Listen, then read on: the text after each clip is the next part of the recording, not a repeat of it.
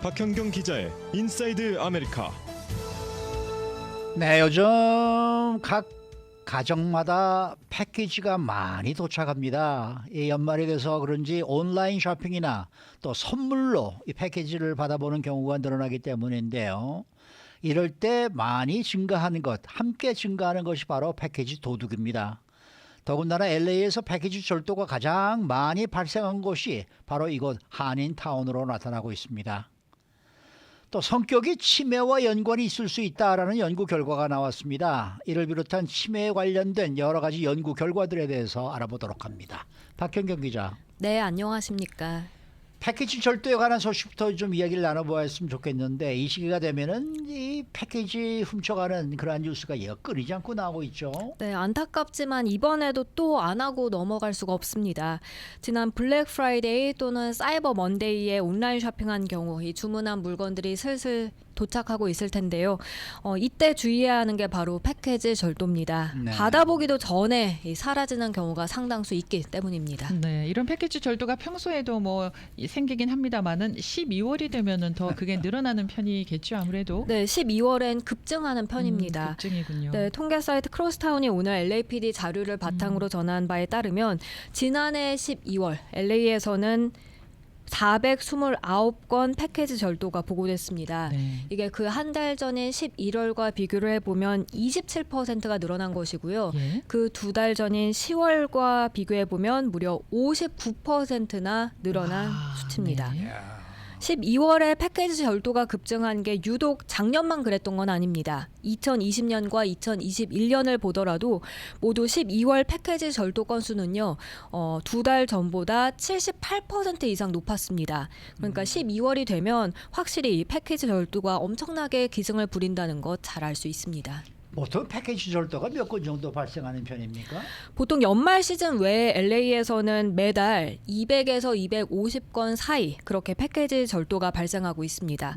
그런데 이건 LAPD의 신고가 접수된 케이스만 집계를 한 것이고요. 네. 그런데 사실 패키지 절도당했다고 경찰에 신고 안 하는 경우가 많잖아요. 네. 그러니까 그렇죠. 그런 점 감안한다면 실제로는 이보다 훨씬 더 많을 것으로 보입니다. 연간 발생 건수를 보면 2016년부터 2021년까지 계속해서 증가세 나타냈습니다.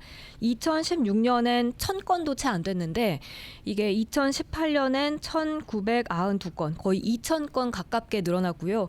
그러더니 2020년엔 3000건을 훌쩍 넘어서 예. 2021년 3507건으로 최다를 기록했습니다. 2016년에 비해서 거의 3배나 더 늘었네요. 그렇게 늘어났죠.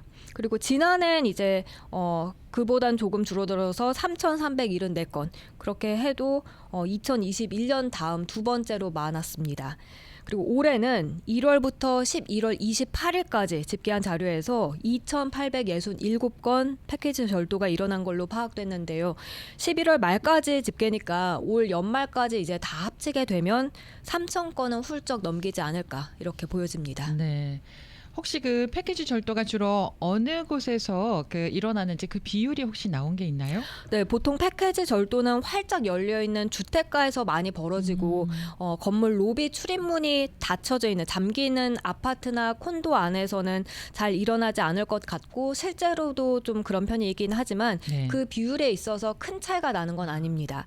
LAPD 자료에 따르면 올해 들어 발생한 전체 패키지 절도의 36.6%가 단독주택에서 벌어졌습니다. 단독주택의 폴치나 아니면 다른 곳에 있는 그런 패키지들을 훔쳐간 겁니다.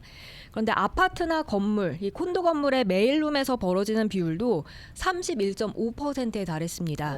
전체 874건이었는데요. 단독주택 37%대 메일룸 32% 정도 비율입니다. 거의 비슷하네요. 거의 비슷하죠. 네.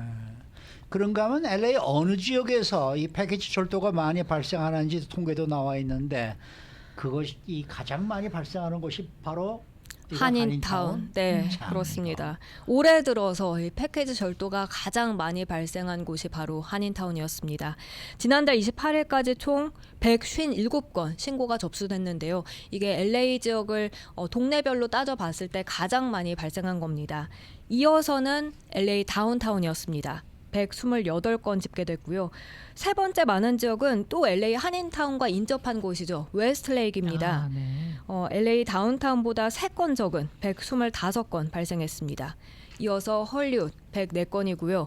그 다음부터는 이제 100건 미만으로 나왔는데 우드랜드 힐스와 노스 헐리우드 순이었고요. 그리고 역시 한인타운과 가까운 미드 윌셔가 그 다음이었습니다. 네, 뭐 경우에 어느 정도 차이는 있습니다만은 거의 뭐 전 지역에서 일어난다고 봐야 되겠네요. 맞습니다. 네. 근데 요즘에는 주택들에 CCTV가 많이 설치돼 있잖아요. 네. 이런 범행을 담은 영상은 CCTV에 담겨서 소셜 미디어에 종종 올라오기도 하더라고요. 네, 그렇습니다. 예. 소셜 미디어 보면 그런 영상 흔히 찾아볼 수 예. 있는데요. 지난주 CBS2 방송 보도에서 전한 CCTV 영상을 보면 한 사람이 현관문 근처에 가서 뭔가 땅에 떨어진 걸 줍는 척 하다가 그러면서 거기 옆에 있는 패키지를 훔쳐 달아납니다. 그 안에는 아이들의 선물이 들어있었다 하는데요. 예. 연말에는 특히나 이렇게 선물 많이 사는데 이렇게 선물 도난당하게 되면 그걸 잃어버린 것뿐만 아니라 그 시간에 맞춰서 다시 구입을 할 수 있는지 그런 스트레스까지 배가 될 그렇죠. 겁니다. 그렇죠. 경찰은 패키지 절도를 예방하기 위해서 온라인 쇼핑할 때 이제 팁을 준 게 배달을 그 눈에 띄지 않는 곳에 놔달라고 미리 요청을 하거나 아니면 서명을 반드시 받도록 그렇게 해놓으라고 강조했고요. 그리고 네. 아마존에서 오더 많이 하는데 그때는 이제 아마존이 운영하는 락커에다 배송시키고 그곳에 찾으러 가는 것도 한 방법입니다. LAPD는 지난주에 커뮤니티 앱이죠. 넥스트도어에 이웃들이 서로 패키지 봐주면서 먼저 보면 미리 갖고 와서 맡아놨다가 나중에 이제 전달해 주는 등 패키지 절도 예방에 서로 힘을 합쳐줄 것을 촉구하기도 했습니다. 네. 자, 다음 소식입니다. 치매에 관한 여러 가지 새로운 연구 결과가 발표가 됐는데 우선 성격이 치매와 연관이 있을 수 있다 이런 연구 결과가 나왔다고요. 네, 먼저 결론부터 말씀드리면 긍정적인 성격이라면 치매 위험이 낮을 수 있다는 연구 결과입니다. 그래요? 네, 이건 UC 데이비스 연구팀이 연구 진행해서 알츠하이머병 협회학술지 알츠하이머 앤 디멘시아 최신호의 그 연구 결과 발표한 건데요. 연구팀은 49살에서 81살 사이 44,500명 이상을 대상으로 이렇게 조사를 해봤다고 합니다. 그랬더니 그러고 나서 이 성격적 특성과 이들의 치매 진단 연관이 있는지 알아봤습니다. 그러면은 성격적 특성이라고 그러면 어떤 점입니까? 5가지로 나눠봤는데요. 네. 성실성, 외향성, 개방성, 불안정성, 그리고 수용성입니다. 이런 특성과 주관적 안정감의 정도가 치매의 임상적 증상과 연관이 있는지를 분석해 본 겁니다. 그랬더니 불안정성 같은 부정적 성격이 강하고 성실성이나 외향성 같은 긍정적 성격이 약한 사람의 경우 이런 사람들은 치매 진단율이 높게 나타났습니다. 네. 반면에 개방성이나 수용성, 삶의 만족감 정도가 높은 사람은 반대로 치매 진단율이 낮았습니다. 성격은 사실 관련된 행동 때문에 이렇게 치매와 연관된 것으로 연구팀은 봤는데요. 예를 들면 성실한 사람들은 잘 먹고 건강도 잘 챙길 가능성이 높고 그로 인해서 장기적으로 이제 좋은 건강을 유지할 수 있다는 게 연구팀의 설명이었습니다. 부정적인 성격이 강하면 아무래도 속구리고 그렇죠. 그 뭐 그냥 항상 걱정 근심이 많을 거 아니에요. 그렇겠죠. 그러다 보면 좋을 게 뭐가 있겠습니까? 네, 분명히 영향이 있겠죠. 네. 네. 또 성격 외에 치매와 연관된 다른 연구 결과도 나와 있다는데요. 네, 다른 건 저소득일수록 치매가 생길 확률이 더 높고 심지어 더 빨리 발병할 수 있다는 연구 결과입니다. 이건 연세대에서 나온 연구팀이 발표한 내용인데요. 네. 2008년부터 2016년까지 9년 동안 자료를 분석해서 모든 연령대에서 봤을 때 경제적 취약계층, 의료급여 대상자 치매 유병률이 높음을 확인했다고 밝혔습니다. 그렇게 연구팀은 낮은 경제 수준과 제한된 건강 관리 그리고 접근성 등으로 인한 결과가 아닐까 이렇게 추정했고요. 재정적으로 취약하다면 조기 발병 치매 위험이 큰 것을 알 수 있었다고 밝혔습니다. 네, 저소득인 것도 서러운데 그것 때문에 또 치매까지 빨리 온다는 거는 참 슬픕니다. 자, 마지막으로요. 어르신들이 반려견을 키우면 치매 위험이 크게 낮아진다 뭐 이런 연구 결과도 있네요. 네, 이건 일본 도쿄 노인학 연구소 연구팀의 연구 결과입니다. 네. 반려견과 같이 사는 노인들은 치매에 걸릴 위험이 40% 감소하는 것으로 나왔습니다. 크게 감소하네요. 네, 이렇게 반려견 키우는 노인들의 치매 위험이 낮아지는 이유는요.